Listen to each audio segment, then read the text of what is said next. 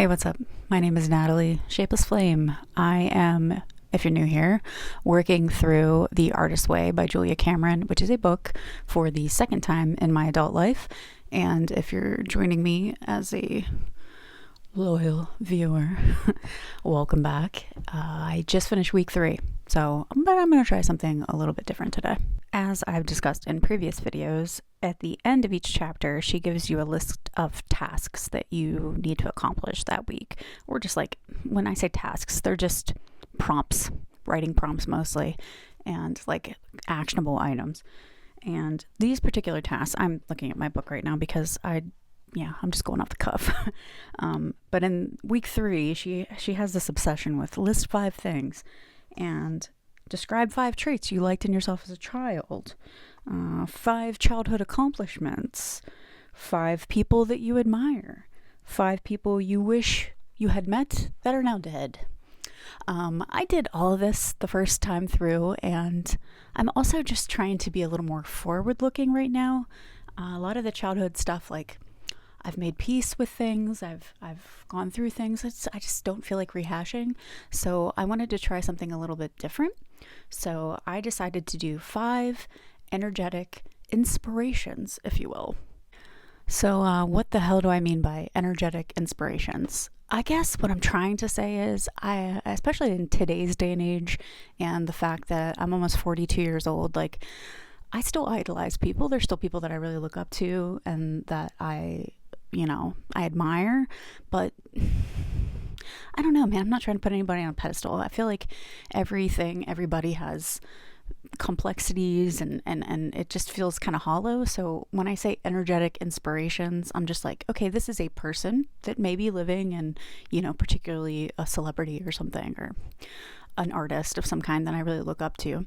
Fine, that's great. But then, like, there's concepts, there's animals, there's feelings, I'm gonna have a tarot card, for God's sakes. Like, I guess what I'm trying to say is, it's just like, what do you look to as like a North Star creatively right now? And like, where do you see yourself evolving as a person? And like, who are your sort of anchors right now at this point in your life? This can change. It should change with you and with the years and with experience. But where are you right now? And who are those 5 pillars or those 5 concepts that are like really sticking with you? Like, what are you vibing with right now? I don't want to be this person. I don't want to be this thing. I just want to embody certain traits of these people, concepts, places, whatever. I'm sure that makes sense. So I'm going to share my 5 with you and explain why I pick these 5 people, places, things. And then I challenge you, to maybe write down your own and be like, well, why do I look up to this person? What is it about them? What is it that I see reflected in them that like I desire in myself, or that I'm working on for myself,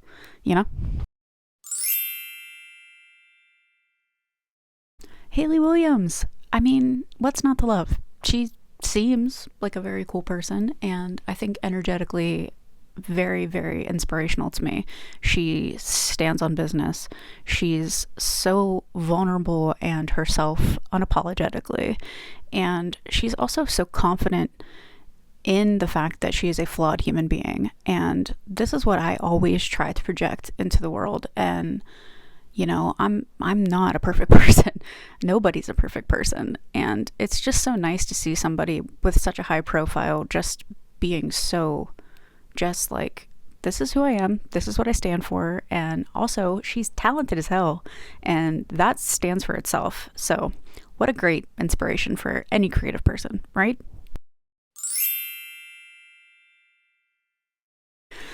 What can I say about Agent Dale Cooper, Kyle MacLachlan's character in Twin Peaks? Of course he's based on David Lynch, and I was gonna say David Lynch because he's just my goat.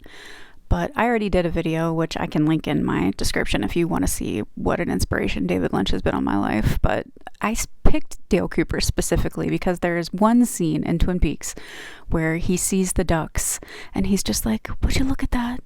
The ducks. I mean, that is exactly what I try to embody in my life. I am incredibly grounded, and I know where I stand and I know what's right and wrong, but I also have to like constantly reference whimsy and see joy in small things, and once a day give yourself a present. It's gosh, he is the best character and the best role model, I think, and just a guiding light in my life.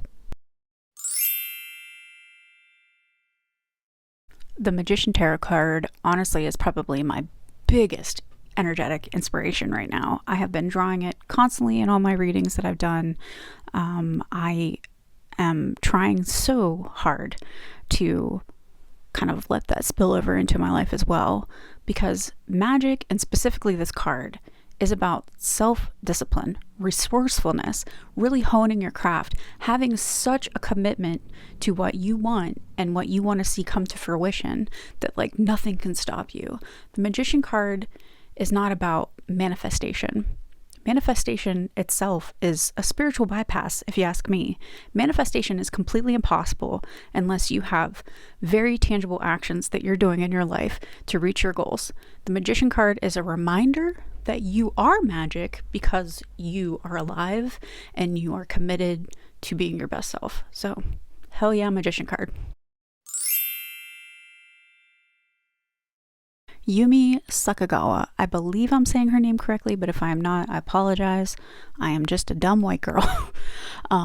But she is awesome. I took a workshop with her, 2020 now, about money and not falling into scarcity mindset. And it was really transformative for me. And I've been following her for years. And check out her Instagram. I can link that below as well. All of her art is awesome. She talks about, neurodivergence. She talks about magic. She talks about creativity.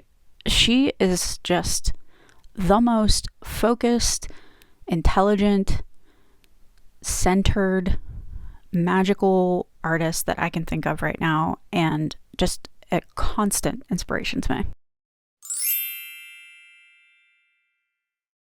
Lastly, we have my cats. We have 7 cats. They are all misfits. They've all been on the streets and showed up at our house, and we rescued them. And they teach me so much. They annoy me. Of course they do. Sometimes being so yourself, like my cats, is a lesson in patience. It's a lesson in being fiercely yourself, no matter what, no matter who it pisses off. And they're also so indulgent. They sleep. They force me to slow down. They lay on my lap. They love just unconditionally. They're so unique. And God, I love my cats. My cats are an inspiration to me. I can't help it. I'm so lucky that I get to share a home with such cool creatures. I'm going to show you them, give you their names too, because I'm sure everybody's like, I want to meet them. Oh my God, Trash. What are you doing, Trash?